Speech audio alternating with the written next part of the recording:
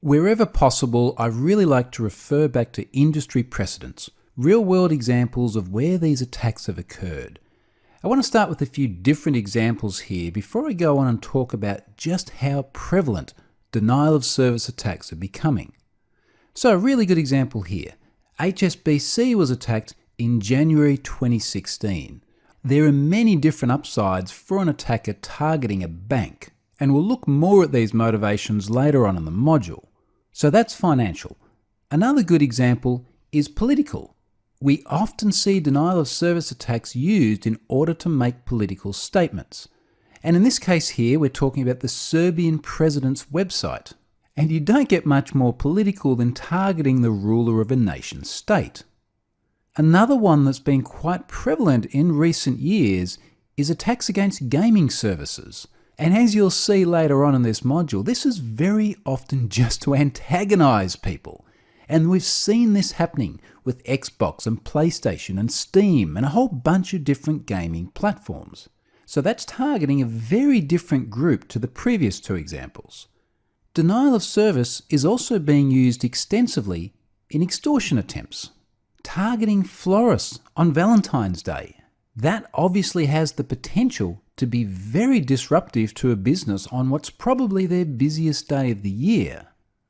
The thing of particular interest with these four examples here is just how diverse they are, very different classes of site, how recent they are, they're all within 1 month of when I'm recording this course, and just how close together they are, less than a month, between every single one of these events.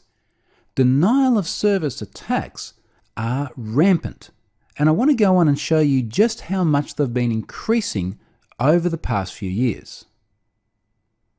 What this graph here is showing us is how the scale of denial of service attacks is increasing. Now, as we progress through the course, we're going to talk more about what it means to have a 60 gigabit attack or a 500 gigabit attack, as we can see up in the far right corner.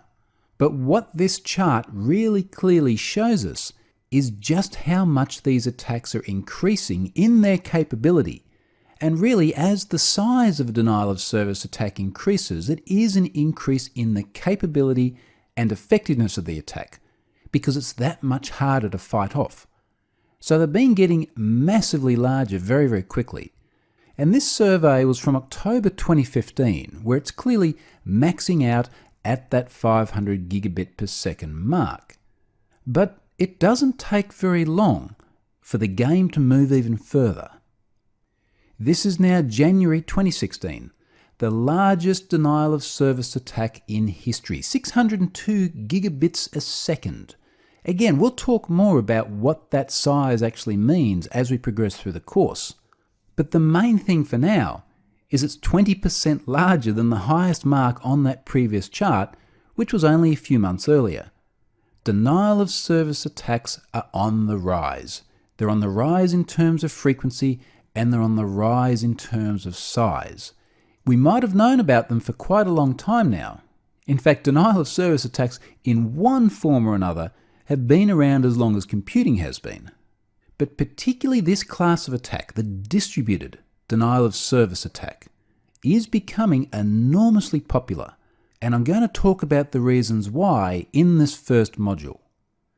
Before we do that though, I want to go on and define denial of service attack, and then I'm going to give you a really good example to help you visualize how it works.